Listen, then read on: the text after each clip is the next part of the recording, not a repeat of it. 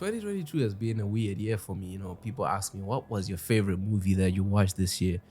And I did not have an answer to that question because this year I really didn't watch a lot of 2022 movies. So my list is probably not going to be very impressive to you. But as a filmmaker, I struggle watching films. Most of the time I'm watching a movie, I'm wondering how they make it, what lens, what are they trying to convey, and what was that really necessary. Then there comes some movies that disrupt this thought process. Movies like Once Upon a Time in Hollywood, Birdman, Infinity War, movies that let you sit back, kick back, relax, and enjoy. This is very rare because a lot of times when you're watching a movie, I'm trying to break it down. I'm looking at the colors, I'm looking at the composition of the shots, and some stories force you to sit down and just enjoy. So in order to make it into my favorites list, a movie has to make me feel something, and it has to be memorable, that when I make a video like today, I'm able to tap into that feeling. So it just doesn't have to make me feel good, it has to make me feel something. My favorite movie this year was The Gray Man with Ryan Gosling, directed by the Russo brothers. I'm a fanboy of the Russo brothers ever since they did Avengers Age of Ultron. I feel, for me, that is one of my favorite movies out of the MCU. So ever since then, I've been a big fan, and I've followed a lot of their work. With Gray Man, I felt like it was a beautiful story. It was an engaging story. It was emotional when it needed to be. It was full of action when it needed to be, and you had an understanding of what was going on. As someone who had, the last time I had watched a Ryan Gosling movie, it was in La La Land, and yes, I did not watch Blade Runner until this year, after I had watched The Gray Man, and I felt like that movie for me epitomized what it is I seek to be as a filmmaker. The Gray Man essentially is when the CIA's most skilled operative, whose true identity is known to none, accidentally uncovers dark agents' secrets. A psychopathic former colleague puts a bounty on his head, setting off a global manhunt by international assassins. The Russo brothers, as directors, have found a way to make me sit and watch their stories without allowing much distraction. Ryan Gosling's performance was amazing. My number 2 movie is going to be a Jazzman Blues. This is a tale of a forbidden love and family drama that unravels 40 years of secrets and lies in the Deep South. During an unsolved murder investigation in 1987, the elderly lady Hattie Mae visits Jonathan, the current Attorney General of Hopewell, Georgia, who is seeking re-election through his racist political ideologies. Hattie asks him to solve the murder of her son, Bayou, who was lynched in Hopewell in 1947, by providing his extensive letters to his love, Leanne Harper. Bayou comes from an extensive family of musicians, with his talents being a singer, while his brother Willie L plays instruments. Bayou meets Leanne, an educated but outcast girl, and the two fall in love. They have secret meetings at night, but they are unable to be together due to the disapproval of her family, including her grandfather, who sexually abuses her. They become separated after Leanne's mother forces her to move to Boston. The two encounter each other again in 1947. After Leanne moves back, Bayou helps his mother run a successful juke joint, while Leanne is married to the politician John, the brother of Sheriff Jackson, and is forced by her mother to pass as white for financial stability. The two reconnect and rekindle their love is secret. When Leanne's mother catches them together again, she lies to the sheriff, claiming that Bayou had whistled to Leanne to escape the mob coming to lynch him. Bayou is whisked off with Willie L and Willie's manager Ira to go to Chicago, where he becomes an unexpected hit at the Capitol Royale Club. Despite his success, he is unable to forget Leanne. When he hears she's given birth to a baby, he realizes that she has given birth to his son, and he plans on a one-night return to Hattie Mae's juke joint to rescue her. Under the guise of returning to help revive his mother's juke joint, Bayou makes his way back to Georgia. Willie L, jealous of his brother's success, tips off Sheriff Jackson that Bayou is back in town, and Bayou is reunited with Leanne and their baby. But the mob lynches Bayou, to the distress of Leanne and Bayou's family. Jonathan, who is Leanne's son, is stunned after reading the letters and concludes that he is Bayou's son and Hattie Mae's grandson. Jonathan visits his mother and hands over the letters Bayou had intended to send to her, moving her to tears. He then goes outside and is left to reckon with the truth of his birth. I think when it comes to an African American historic drama movie, this movie managed to capture my feelings and make me not only relate but also understand how dangerous it was to be black. When I was watching Jazzman Blues, I thought I was gonna be watching another typical Tyler Perry movie where essentially you have some form of pain within the black community that's exploited for showbiz. But in this one, I actually was drawn in by the performance of the actors. Leanne's character, she really pulls me in because you can sort of understand her. You can sort of understand what it's like to be a mixed race mixed race person and who taps into the whiteness in order to survive in our society, in the society back then. What the movie really does for me and what I feel like it showcases, it makes you fall in love with Bayou to see how sweet and gentle of a man he was, how non-violent he was, but however, how success became the thing that's put on his head as a target. When you're following Willie L from the time that they're kids, the man is jealous of his little brother because his little brother doesn't necessarily have the issues of abandonment that he feels from the hands of his father.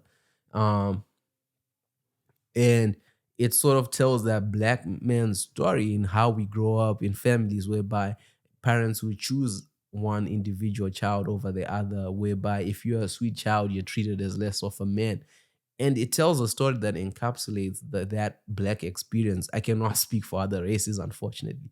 That takes that in, and what then happens moving forward with that is you are already taken deep into the story and you follow it and you have an understanding of what was happening back in the time in states like Georgia to black people with the whole lynching situation, which is very uncomfortable of a watch, but the guy was in the military, the guy served, but still he was black. Your race instantly was a thing. And when you move forward within the story to what then happens is how these two black people, you know, these two black people have a black child and are essentially killed by these white men for some reason. You just like, yo, the storytelling in this is quite epic. And I think the way that they wrote it is how, you have certain people who hate themselves, and with the whole thing of making Bayou's son realize that his father was lynched and that his racist ways do not work because he is indeed black, and it be your own people that hurt you. In the case of Bayou, it was his brother that resulted in his own death. So it's a beautifully told story. If you ever watched it, something that I encourage you to go watch. The cinematography in this movie is beyond what you'd expect from Tyler Perry and Netflix. My third movie on the list is Hustle. I grew up watching Adam Sandler. He is to me like, a lot of people who are older than me probably grew up watching guys like Michael Caine. And for me, that's who Adam Sandler is. He's somebody that I started watching when I was a young kid to now I'm almost 30 years old and he's still acting. So anytime I watch him, I get that nostalgic effect and I know his type of acting and I know what he's going to bring to the table. He's not just acting some comedy now. This is a serious movie that we are watching. So after a down on his luck basketball scout discovers an extraordinary player abroad, he brings back the phenom back without his team's approval.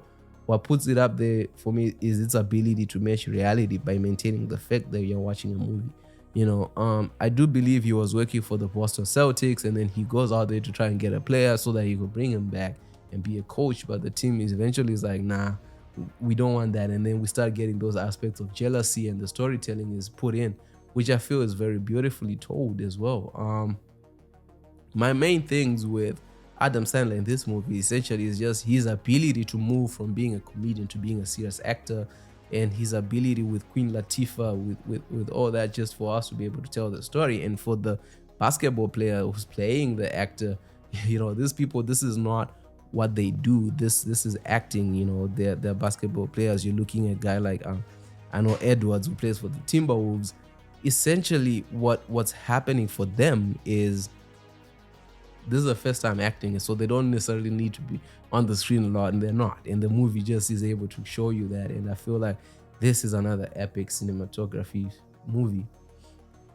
The fourth movie on the list will have to be Luckiest Girl. Luckiest Girl is not here because it's a movie that I feel was the best reason, because I feel like the reason that I watched Luckiest Girl, I didn't even see the trailer. I watched it because it had Mila Kunis in it, and I'm a big Mila Kunis fan. Once again, this is somebody that I grew up watching, and I would watch anything with Mila Kunis. I had a crush. I had a childhood crush on Mila Kunis. And this was my first time whereby I watched a movie for the wrong reasons, but I left with a lesson and the message that the movie was trying to portray. When you're watching it, at first you think, oh, this is going to be a movie about another spoiled woman who wants to achieve success by any means necessary. But essentially, what's happening is this spoiled woman um, has a history, and we get to invest into that history, into that story when we're looking at what happened to her. All right. So a writer's perfectly crafted New York City life starts to unravel when a true crime documentary forces her to confront her harrowing high school history and question the choices she made as a teenager. This movie is horrific and highly uncomfortable, but I think it shows society a different human experience and how tragedies shape our reality. You know, when I watched the rape scene in that movie, it was for me the first time that I've watched a rape scene, and I've realized this is not just acting, this is reality. This is something that happens to a lot of young women out there. And how much, as somebody who's never done it and who's never been in that experience, it made me feel uncomfortable. And I feel like it's a conversation worth having. I think after watching a movie like this, a lot of young men will be able in certain moments to question themselves and the actions that your friends get you to do sometimes, you know. It's a perfectly crafted story that makes it in my top 5. My 5th movie will be The Batman. Now, I struggle coming up with number 5 because, like I said, I didn't watch a lot of 2022 movies. None of them that came out really interested me. I mean, there are great movies that came out, such as Nope. I think it made a lot of noise. But for me, I wasn't just going to watch a movie because it was directed by a black man. I needed a bigger reason than that. And I just haven't had the opportunity really to go watch it. And I will. But when I do watch it, I think I'll watch it because Jordan Peele is a great director, and that's something that makes me sit down and watch. Another movie that I wish I would watch would be Wakanda Forever, but you know, I'll wait until it's on Disney Plus. For me, the whole concept of showing up to a theater just to watch something for social media right now, it doesn't sit well with me, because I'm a true fanatic of the movie and would truly try to enjoy it. So yeah, we'll see those two when they come out, and maybe if I'd watched them, they would have made my top 5. But The Batman essentially is Batman ventures into Gotham City. Some honorable mentions for me will be Blonde. So Blonde is a look at the rise to fame and epic demise of actress Marilyn Monroe, one of the biggest stars in the world. I feel like the main actress in Blonde, she's slowly becoming one of my favorite actors, not necessarily because of how pretty she is and how much she's been in a lot of movies. You know, I think she carried the gray man. She carried when she was in No Time to Die. Like, her performances, they're something that I look up to, you know. And then the Minions. In the 1970s, young Groot tries to join a group of supervillains called the Vicious Six. After that, another honorable mention is Thor: Love and Thunder. Thor embarks on a journey unlike anything he's ever faced, a quest for inner peace. However, his retirement gets interrupted by Gore the God Butcher, a galactic killer who seeks the extinction of the gods.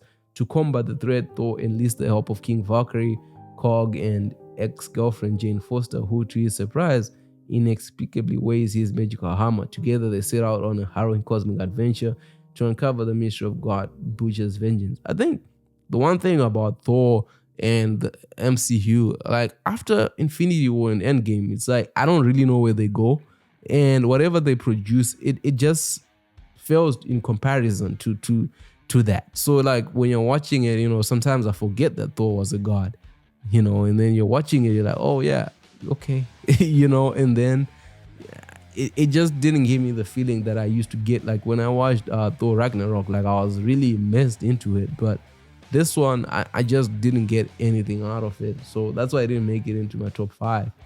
Another honorable mention would be Lou.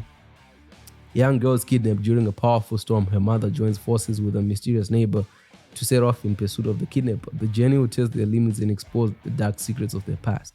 So this one, in terms of storytelling, I feel like it was one of the greatest movies that not greatest, but one of the great movies that I watched this year. The reason that it doesn't make it into my top 5 is essentially you have a great story but it felt like they were trying too much. You know how the grandmother is essentially living with it was just a little bit weird for me, but it took me to the feeling of like watching a Rambo movie, like back in the day, those type of movies like in the jungle and you have the soldiers. And then another reason it doesn't make my top 5 is the ending. Like it just made no sense. Like at the end of the day, they had a great story, but the execution for me felt a little bit weak. Overall, in 2022, I don't think there was a movie that I would regard as timeless, a timeless classic, something that you should define a year. Like if we say 2018, I would say Avengers Infinity War. 2020, Tenet. For me, the best thing, cinematic or movie or show that came out of 2022 was House of Dragon. I think that if I was to say what was my favorite thing that I watched that came out in 2022, it definitely has to be House of Dragon. I think in terms of storytelling, in as much as the spoilers exist, the story was always phenomenal every time that I watched.